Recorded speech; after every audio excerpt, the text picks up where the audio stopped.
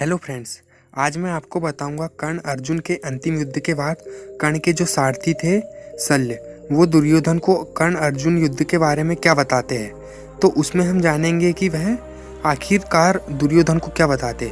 जैसे कि बी.आर. चोपड़ा महाभारत में यह दिखाया गया है कि शल्य दुर्योधन को बताते हैं कि कर्ण को छल से मारा गया है, किंतु मैं उसकी वीरता और अर्जुन की कायरता का साक्षी हूँ।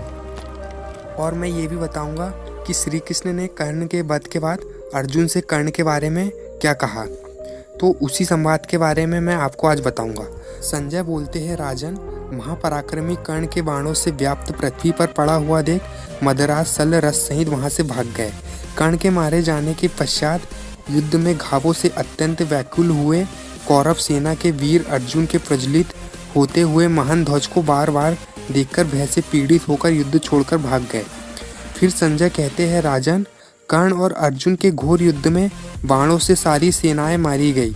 यह देखकर राजा शल्य युद्ध भूमि की ओर देखते हुए दुर्योधन के पास गए। अपनी सेना के रथ, घोड़े और हाथियों को मारा गया देख और सूतपुत कर्ण का वध हुआ देख दुर्योधन की आंखों में आंसू भर आए और वह बार बार ऊंचे सांस लेते हुए दुखी हो गया। सूर्य के समान सूरवीर कर्ण को पृथ्वी में गिरा हुआ और सब शरीर में बाणों से व्याप्त और रक्त से भीगा हुआ जानकर सेना के सब वीर देखने को आए और कर्ण को घेरकर वहां पर खड़े हो गए।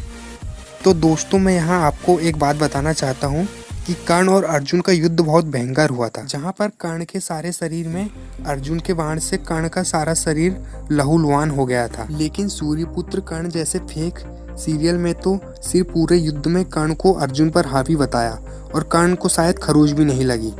अब हम आगे जानते हैं कि क्या हुआ। कर्ण की मृत्यु से कोई प्रसन्न हुआ तो कोई भयभीत, कोई शोक में था तो कोई खुश था। जैसे सांड के मारे जाने से गौ व्याकुल होकर समूह में से भागने लगती है, ऐसे ही अर्जुन के बाणों से कवच, भूषण, वस्त्र, आयुध और दीप्ति रहित कर्ण को मारा सुन तुम्हारी सेना इधर उधर भागने लगी। जैसे सिंह हाथी को मारता है, वैसे ही अत्यंत नाश करके अर्जुन ने कर्ण को मार डाला और वह पृथ्वी पर गिरा हुआ है। यह देखकर मदराज शल्य डरकर रथ के साथ वहां से अतिशीघ्र चले गए। राजा शल्य दुर्योधन के पास जाकर बड़े दुख से कहने लगे और बोले, तुम्हारी सेना के हाथी, घोड़ों और श्रेष्ठ वीर नष्ट हो गए हैं और हाथी, घोड़ों और पैदल सैनिक एक दूसरे से लड़कर मर गए हैं। हे भारत, आज कर्ण और अर्जुन का जैसा युद्ध हुआ था वैसा कभी नहीं हुआ। कर्ण ने आक्रमण करके श्री कृष्ण, अर्जुन और तुम्हारे अन्य सब शत्रुओं को भ्रष्ट कर दिया था। वह भी स्ववश होकर यह सब कर रहा है। वह सदा पांडवों की रक्षा करता है और हमारा नाश करता है। इसी कारण तुम्हारे अर्थ की सिद्धि के लिए प्रयत्न करने वाले सब वीर शत्रुओं को हाथ से बलपूर्वक मारे गए। तो फ्रेंड्स, यहाँ पर शल्य भी कहते हैं कि शत्रुओं के हाथ से तुम्हारे सारे वीर बलपूर्वक मारे गए। अब हम आगे जानते हैं कि क्या हुआ।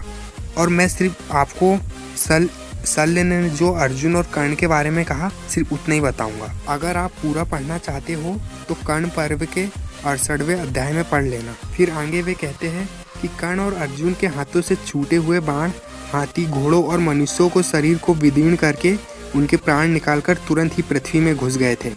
अर्जुन और कर्ण के बाणों से मारे गए हाथी, घोड़े और मनुष्यों से और बाणों से टूटे हुए रथ के कारण हाथियों का चलना भी बहुत मुश्किल हो गया था। सिर्फ कर्ण और अर्जुन के बारे में शल्य ने इतना ही कहा था।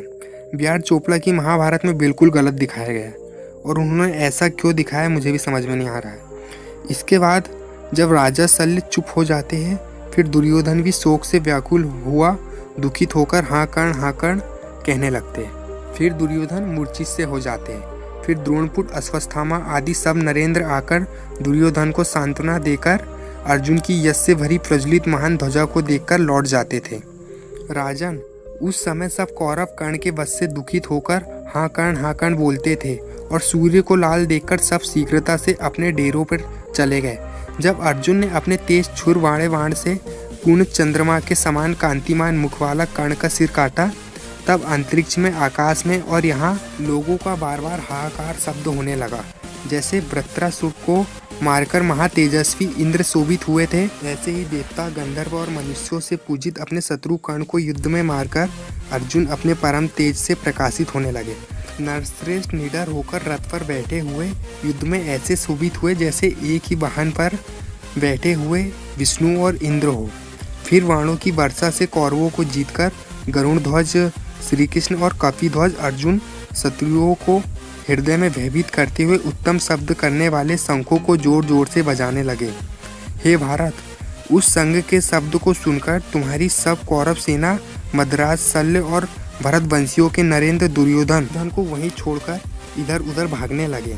जैसे अपनी किरणों के सहित आकाश में उदित हुए निर्मल सूर्य और चंद्रमा अंधकार को नाश करके शोभित होते हैं, ऐसे ही समर में अपने शरीर में लगे हुए कर्ण के बाणों से वे दोनों शत्रुतापन अर्जुन और श्री कृष्ण प्रकाशित होते थे।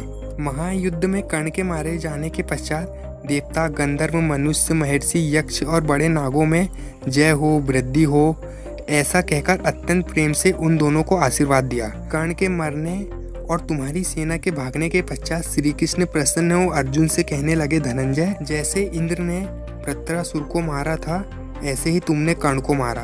कर्ण और वृत्रासुर इन दोनों के वध का वृतांत मनुष्यों में बहुत दिन तक रहेगा। महातेजस्वी इंद्र ने वज्र से वृत्रासुर को मारा था और तुमने केवल धनुष और तीक्ष्ण बाणों से ही कर्ण का वध कर दिया। तो फ्रेंड्स, आज का वीडियो यहीं ख़त्म होता है। अगर आपको वीडियो अच्छा लगा हो तो वीडियो को लाइक और चैनल को ज़रूर सब्सक्राइब कर लीजिएगा। धन्यवाद।